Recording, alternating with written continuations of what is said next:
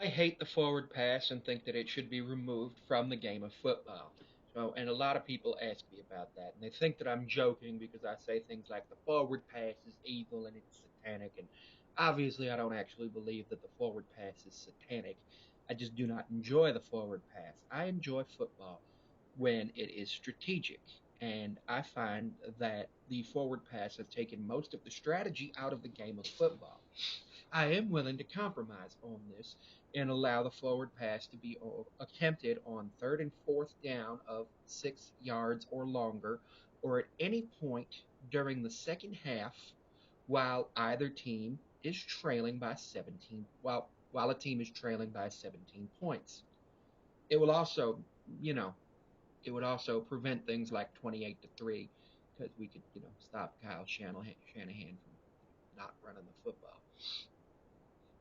But yeah, I do not enjoy the forward pass. And there are a few other issues that I have with the forward pass. So we all know that CTE is an incredibly big issue for the National Football League right now.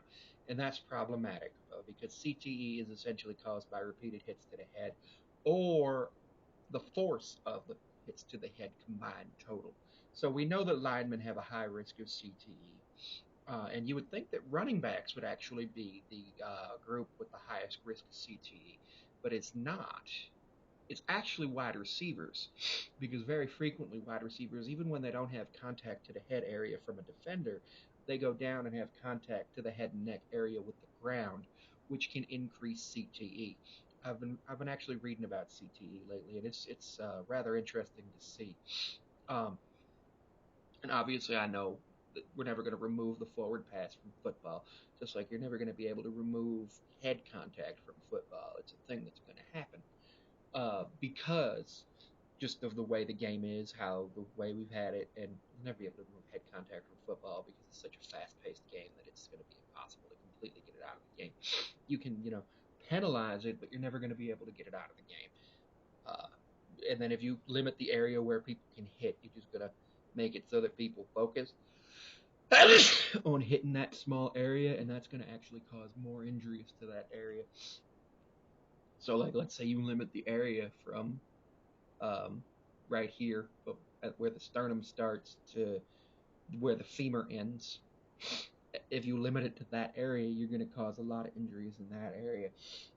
But going back to the forward pass is incredibly difficult to stop because you have five guys, four or three or two or one guy going out there and running without the football, going to a certain area while another guy just gets to look at him and he's got guys just like protecting him and making sure that nothing happened. And yeah, running backs have protectors and the running backs can find the hole and everything. Quarterback doesn't have to find the hole. Quarterback, you just got to find a guy who's like this far away from somebody and throw the ball, and like it's just too overpowered. I just find it to be too overpowered. Now, if you think about it, when you run the football, if you average 3.34 yards per carry, that's a first down every 3 downs. Um, if you pass the football and you get 5 yards, 3 yards, 0 yards, punt, that's 4 yards per pass. But one of those passes had zero, and now you don't got a first down. If you run the football 3.3 yards, you're going to get the first down. And yeah, defenses will come back and try to be able to stop the run again. But we need to get rid of the forward pass. And on top of that, I don't enjoy it. And I'm a Bills and Colts fan, so you would think I would enjoy the forward pass. But have you ever seen Peyton Manning throw a forward pass? Peyton Manning did not care about the lives of his wide receivers. I don't know how many times I'm sitting there watching a Colts game. Peyton drops back, throw, pass is broken up, and Austin Collie is dead. Like that man died like 32 times on the football field from Peyton Manning throwing him passes. And then like when Wes Welker went to the Broncos, same thing. Peyton Manning literally was out there killing people on a football field with a forward pass. It's incredibly dangerous. Excuse me. Now, thankfully, the NFL's only ever had one uh, fatality over the course of its time existing, which is good compared to how long it's been. That's one over 102 years. So That's one per century.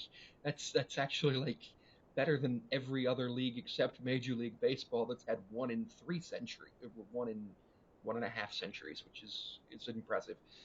But the forward pass is dangerous. On top of it being dangerous, not just for CTE, but also catastrophic injuries that happen at the point of contact, it just takes the strategy out of football. You could say, well, if you could only run the football, if you could only pass the football. No, we need to find a way to balance it too. The defense right now has way too much power to stop the forward pass because there's so many rules that say you can't hit a guy, you can't hit a guy, you can't do this, you can't do that, you can't do the other thing. And then on top of that, like half the time you throw a forward pass and you're unsuccessful with it, but the defense breaks some rule. It's like, oh, okay, doesn't matter. And like you'll see a guy who's technically he's like 13 for 40, but it'll say 13 for 18 because the other passes and stuff got negated by penalties and nonsense. And I don't like that. So we just need to eliminate the forward pass from football or bring back real hard hitting defensive football or compromise and only allow the forward pass in certain situations like we did with the onside kick. Thanks for watching.